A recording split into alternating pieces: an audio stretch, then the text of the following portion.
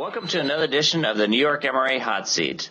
Today I'm here with a special guest, Robert Malmud from Maximum Research. Robert, thanks for coming by. Thank you for having me. Yeah, absolutely. So one of the things we like to do before we jump in is give you an opportunity to have what we like to call the shameless plug. So if you give us an overview of your company and your background, that'd be great. My name is Robert Malmud, and I am the president of Maximum Research. We've been in business for 11 years. We're a data collection company. We have 100 KD stations. We're telephone, online.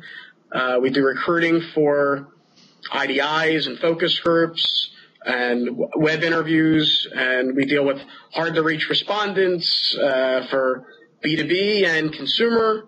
We help with questionnaire design if needed, sample implementation and sample design and structure.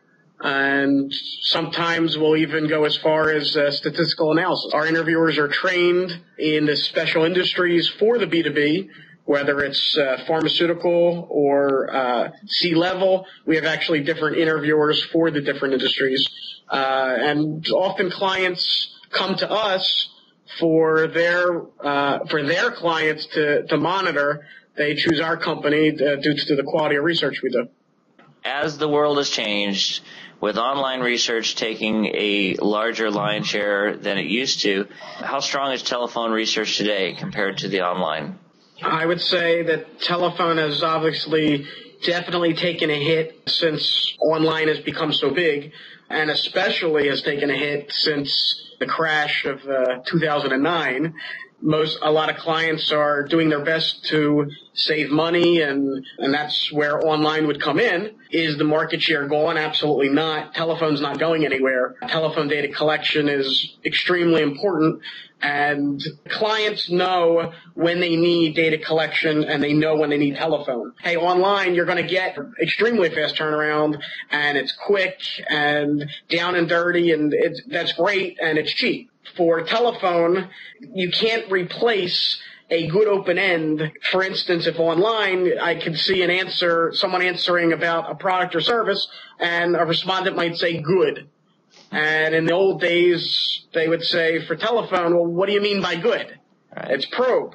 And you can't probe on online. A respondent can easily just type good and be done. Probing, respondent interaction, these are all things that clients understand the importance of. Clients listen to interviews today. They like to hear the responses. They like to hear how their tone is. None of that will ever change. And I think that telephone data collection, yes, the percentage is smaller than it used to be, but it's still a large growing business, and it's not going anywhere. There are still some target audiences that you can't reach in other methods. I mean, the telephone is still your best way to reach to some of those hard segments. Back in 1990, I started as a telephone interviewer at the Gallup organization. That's how I got into the research world. The issues we faced then versus what's today, they're not the same. You face response rates falling, cooperation rates, caller IDs, cell phones, other hurdles to face. So how do you overcome those, and what do those ultimately mean to the way you do research today? To handle that, it's dialing times. When to reach a respondent, knowing how to manage your sample. For instance, the programs are set up, or we set them up, to call a respondent at various times. Let's say if it's no answer, you can't reach them, or an answer machine. Then the next day or the following day, you're going to call them at a different time. And sample management is absolutely the key on reaching the respondent, because if you're calling the respondent the same time every day, most likely, if they're not there at 5:30 on Tuesday, well, they're not there at 5:30 on Wednesday. Trying to find the best time to reach them, number one. Number two, the number of attempts you make on a call. In the old days, I remember it used to be the 3-attempt rule, at least for consumer. B2B might have been a 5-attempt rule. For us, B2B, it's more of a 10-attempt rule. And for consumer, I would say we're more of a 4 or 5-attempt rule. It's the only way you're trying to get them at different times of the day, different weekends, allowing the consumer or the business person to call back, leaving a valid message, leaving an important message, understandable, giving them a time that they could call back, or leaving it wide open for an inbound call. respondent honorariums. That's more on the B2B level, understanding how much is enough to give a high-level respondent or how much is too much. Asking respondents when you're on with them, you actually get them on the phone and they're like, I'm busy right now. Asking them what is the best time to reach them and actually calling them back that time. So if you call them at 5:30, hey, I'm having dinner right now, call me back in an hour. Don't just put it in there as a callback. Actually put in there, call back for 6:30 and making sure that interviewer, preferably the interviewer that called them, calls them back because now they heard that respondent once. They call back again. Wow, he's calling me back.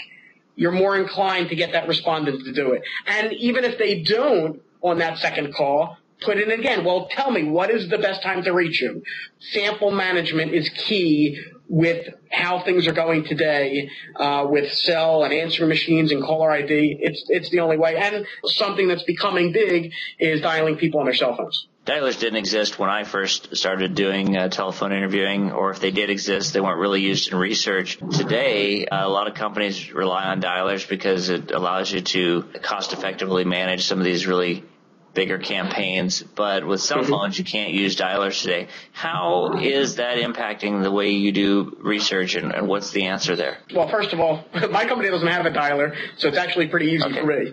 But for all the other companies, cell phone is becoming huge. National average today is 25% of households, their primary line is their cell phone. So with 25%, now the businesses are starting to say, we're skewing our data, we're missing 25% of the population. They're starting to put quotas in for how much sample that you're dialing has to be their cell phone. So I see 25% quotas must be dialed cell phone. Some clients are even being strict and saying, I want 20 to 25% of my completes coming from a cell phone. How are companies handling that? Well, if the client's providing the list, then they're going to put a target in there. They're going to put a marker that says it's a cell phone. And if we're purchasing the list, then I'm going to make sure that the sample's divided up landline versus cell. It's not that hard to say, all right, X% of the quota and this sample, I'm using my dialer. The rest of the sample I'm dialing, I have to do by hand.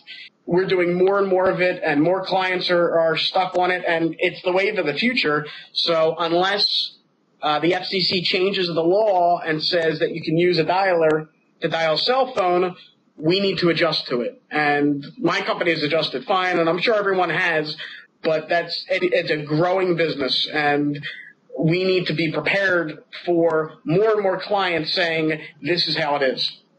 The industry dodged a bullet a few years ago with the do not call list. Researchers were kept exempt from that, being held to that like telemarketing firms. However, perception of respondents was that we weren't necessarily exempt. And they still to this day, hey, I'm on the do not call list. Why are you calling me? So how has that changed your business, and what are some of those challenges? How are they impacting you? Even with the rulings that market research is not part of that, respondents still do not understand the difference between telemarketing, market research, the do not call list, who has to abide by it, and that's where education has to come in. I'm personally relying on two things, and one is the national organizations like the MRA, CASRO, AMA, to be out there and to always plug and advertise that what market research is and how is it different from telemarketing, because it's a completely different animal. That's not enough. You teach the interviewers from day one, this is what we do.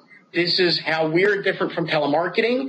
Here are the market research rules. Here are the telemarketing rules. And understand that when a respondent says to you, well, I'm on the do not call list, you're not allowed to call me, the interviewer needs to understand how to respond, to educate the respondent that this is a market research call and the do not call list is for telemarketing. This is not a telemarketing call. And even then, respondents still get annoyed, but all we can do is educate. And I want to say thank you, Robert, for your perspective, your time. I think this has been really helpful because there's a lot of people out there that are facing, some of the arguments against doing the traditional stuff that they've always done for years, and they're experimenting with other things. But I think we're going to see resurgences back to traditional validated ways of doing research. So thank you for your perspective and your time. I want to say thanks on behalf of the New York MRA. And once again, this has been another edition of the New York MRA Hot Seat. Thank you for having me. You bet, Robert. Take care.